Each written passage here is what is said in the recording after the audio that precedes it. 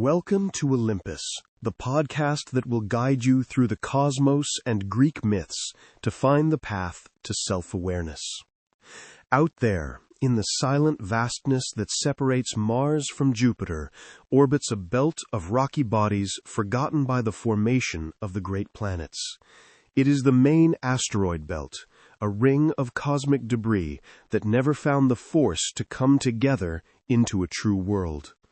Among these wandering fragments, in 1852, a small celestial body was identified and given the number 32 and the name Pomona. The asteroid completes its journey around the Sun in just over 4 Earth years, tracing an elliptical orbit with the invisible patience of one who is in no hurry. It does not shine. It does not attract the eye. It possesses neither rings nor moons. Yet it carries a name that resonates with worked soil, with branches heavy with fruit, with seasons awaited in trust. Pomona, a name that the ancient Romans reserved for the goddess of orchards and cultivated gardens. In this forgotten asteroid, then, survives the memory of a minor deity, a figure who did not command armies nor unleash storms, but who embodied something rarer and more precious: daily dedication, work that does not seek applause, the stubborn care of what grows slowly. Pomona did not belong to the Greek pantheon. She was an entirely Roman divinity, one of the few that the Latins did not inherit from Greece, but created from their own relationship with the land. Ovid speaks of her, dedicating to her a tale that is at once a love story and a reflection on the nature of perseverance. The goddess lived immersed in her orchards, indifferent to wild forests and rushing rivers. She had no interest in hunting. She did not seek adventures. Her world was made of skillful grafts, of precise prunings, of calculated irrigations. She always carried with her a curved blade, not to fight, but to cut away superfluous branches, to give shape to the disorderly growth of nature.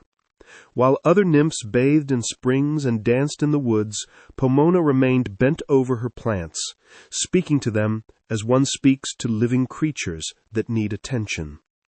Ovid recounts that many gods and satyrs courted her, attracted not by any striking beauty, but by that quiet light that emanates from those who have found their place in the world. She, however, refused every suitor, not out of pride, but because her heart was already occupied by her work, by the profound meaning she found in watching what she had planted grow. Among her suitors was Vertumnus, the god of change. Vertumnus fell in love with Pomona with a feeling that would not surrender to refusals. He assumed 1,000 forms to approach her. He disguised himself as a harvester, a fisherman, a soldier, a grape picker. Each time Pomona received him with kindness, but without interest. Until one day Vertumnus appeared as an old woman, an elderly woman bent under the weight of years. And sitting beside the goddess, he told her a story. He spoke to her of the elm and the vine, of how these two plant beings were destined to support each other, the elm giving strength to the vine giving meaning to the elm. He told her that she too, Pomona, should accept a companion who understood her nature, someone who changed with the seasons but remained faithful in substance.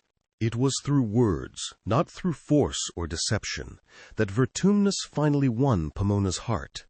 When he revealed his true form, the goddess recognized in him not an intruder, but an ally, someone who had demonstrated the same perseverance she devoted to her trees. The myth thus teaches us that constancy attracts constancy, that patient work is recognized by those who know how to see beyond immediate appearances. But what does it truly mean to persevere? If we stop to reflect with the mind of one who seeks the true good, we discover that perseverance is not mere stubbornness.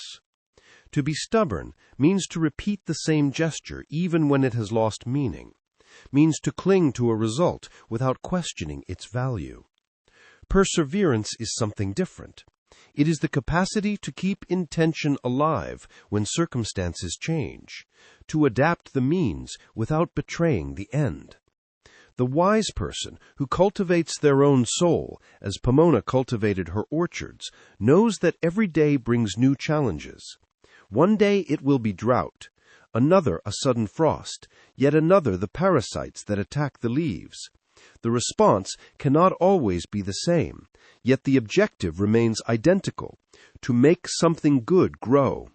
This balance between firmness and flexibility is what the ancients called virtue. It is not a matter of rigidity, nor of excessive yielding. It is about finding that middle point where our will meets reality and transforms it without breaking. Those who work with dedication know this truth in their bodies before they know it in their minds.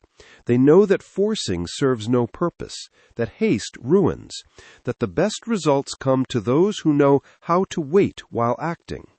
Patience is not passivity.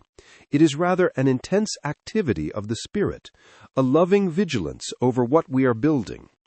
Yet we live in a time that despises waiting.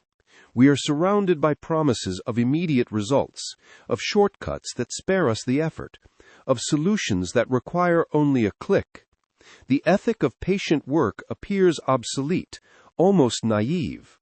Those who dedicate years to perfecting an art are regarded with perplexity, while those who achieve rapid success are celebrated as models to imitate. But what remains of what is won without effort? Fruits that ripen too quickly are tasteless, they spoil soon, they do not truly nourish. Fruits that grow at the right rhythm, tended day after day, carry within them all the time that formed them, and that time can be tasted in the flavor, in the substance, in the capacity to nourish those who receive them. How then can we translate Pomona's example into our concrete lives, so far from Roman orchards and divine gardens? The first lesson concerns the very choice of what we want to cultivate. Pomona did not concern herself with everything.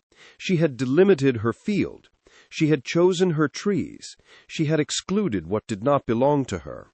We too must make this fundamental choice. To scatter our energies in 1,000 directions means to bring nothing to completion. To concentrate on a few authentic objectives, those that resonate with our deepest nature, means to give our actions the possibility of maturing. Ask yourselves then, what am I truly cultivating in my life? And if the answer is confused, perhaps it is time to prune, to eliminate the dead branches that steal vital sap from those that could bloom. The second lesson concerns the quality of daily attention. Pomona did not visit her trees once a year to check on the harvest. She lived with them. She observed them every day. She noticed small changes before they became serious problems. So should we do with what is dear to us, our projects, our relationships, our inner health. A neglected friendship withers like a tree without water. A skill not exercised is lost, like a field overrun by weeds. A dream not nourished daily transforms into regret. Grand gestures are not needed. What is needed are small, constant acts of care. Those 5 minutes a day that seem like nothing, but that, accumulating, build worlds. The third lesson is perhaps the hardest to accept. We must learn to resist the temptation of immediate results. When we plant a seed, we cannot expect to harvest fruit the next day. Yet this is exactly what we often demand of ourselves and of others. We start a new habit and abandon it after a week because we see no changes. We begin a course of study and interrupt it because progress seems too slow. We commit to a relationship and abandon it at the first difficulty because it does not match our immediate expectations. In all these cases, we give up precisely at the moment when the roots were beginning to take strength in the invisible darkness of the soil. Let us learn instead to trust the process, to measure our success not by the fruits harvested, but by the care invested. Finally, let us remember that perseverance needs allies. Pomona remained alone for a long time, but it was the encounter with Vertumnus that completed her story. We must not interpret dedication as isolation. To seek companions on the journey who understand the value of slow work, who support us when we waver, who remind us why we began, this is not weakness, it is wisdom. As the elm supports the vine, so human beings need one another to grow in the right direction. Now, as these words settle into the silence that will receive them, I leave you with a question that deserves to be carried with you into the days ahead. Think of that project, that dream, that person, or that part of yourself that you have neglected because the results were slow to arrive. Think of what you abandoned when the seasons grew difficult, and ask yourself, what would be blooming today in my life if I had not stopped taking care of it? It is not too late to return to the orchard. The roots often survive beneath the surface even when the branches seem dry. Sometimes all it takes is a little water, a little light, and above all that silent decision to begin caring again, day after day, without haste. Because true miracles in the end are exactly this, the invisible sum of 1,000 small attentions that no one applauds, but that transform the world. Thank you for listening, and we'll see you in the next episode of Olympus, the podcast about the cosmos, Greek myths, and self-awareness.